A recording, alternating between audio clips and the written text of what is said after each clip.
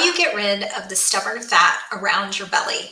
Get rid of my fat. I hear that so often as a health coach. Hi there, I'm Gina Ramirez, a certified health coach, a licensed therapist, and I talk everything health and wellness from the mind, the body, and the behavior. Welcome into another Coach's Corner. Today and all month long, we have been talking hormone health. We started off the month talking about getting rid of your fat through stress and sleep. If you haven't seen that, I will link the playlist for all the hormones down below.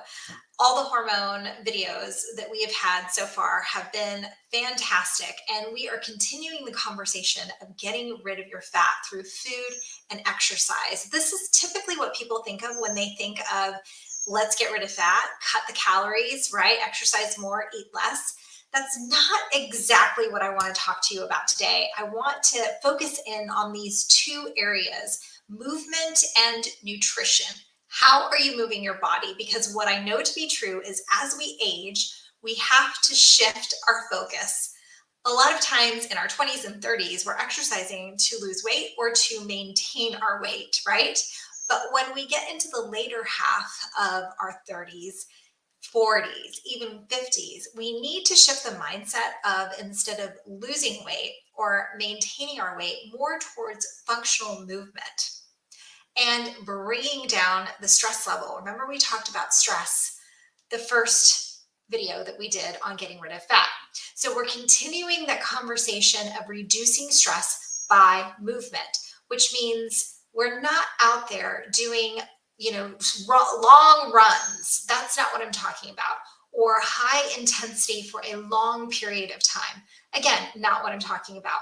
There are three types of movement I want you to focus on. Strength training. Why? Because muscle burns more calories and fat for you. So we want to use up that glucose that we're taking in. Remember, we talked insulin last week. So we want to burn those calories, right? And our muscles will do that for us. So we want to build muscle. The other piece of building muscle is that when we age, our muscle tends to decrease. So lots going on here when I talk about building muscle. That's number one. Number two is stretching, flexibility, doing things like yoga, because as we age, it becomes harder and harder to maintain that flexibility. We're talking functional movement now as we get into upper 30s, 40s, 50s, and beyond. Can you get on the floor and get back up without help? Using your own arms and legs, can you get back up off the floor? These are real questions, you guys, that as we age, it becomes harder and harder to do. So flexibility is huge. And then cardio for taking care of our heart and, the blood pumping through our veins. We need that cardio so that we have all of this working together for us. Muscle building, cardio for the heart, flexibility, so that as we age, you can remain flexible. Getting those three types of workout in every single week is going to be key for your success. And I'm not talking here again of high intensity for long periods of time.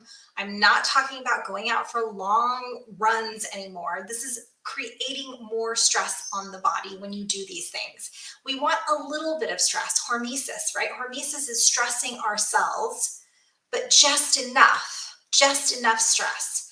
And it's good. It's a good kind of stress, but we don't want to raise the cortisol because that will pack on the fat. The fat won't budge. This is where people typically hit their plateau.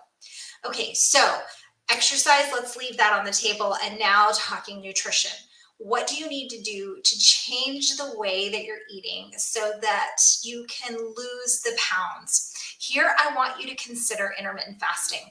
Now, I've got a whole playlist, YouTube playlist on intermittent fasting. Go check that out if you're new to intermittent fasting. What am I talking about? I'm talking about there is a feeding window. What does your feeding window look like? And a fasting window where you're not taking in calories. Again, talking about hormesis, stressing the body out a little bit so that we can experience autophagy. What is autophagy? It's when the cells are able to clean out so that we're not building up potentially bad cells, right, that could cause cancer. Oh no, we're getting rid of the stuff that needs to be cleaned out and replenishing and replacing those with good cells. The only way that we can do that is when the body is at rest, when we're sleeping, right? But a better, more efficient way is when we're not consuming food so that our body isn't in the middle of digestion. Always, always, always digesting. That creates a lot of heat for the body with digestion. It also creates a lot of energy, that it's using up the energy, right, to digest our food instead of cleaning with the autophagy that we need. So I want you to consider, is it okay? Can you possibly fast for at least 12 hours? And most of that time you're asleep. Okay, that's just the beginning baby stages of seeing some good results there. 12 hours fasting, 12 hours feeding.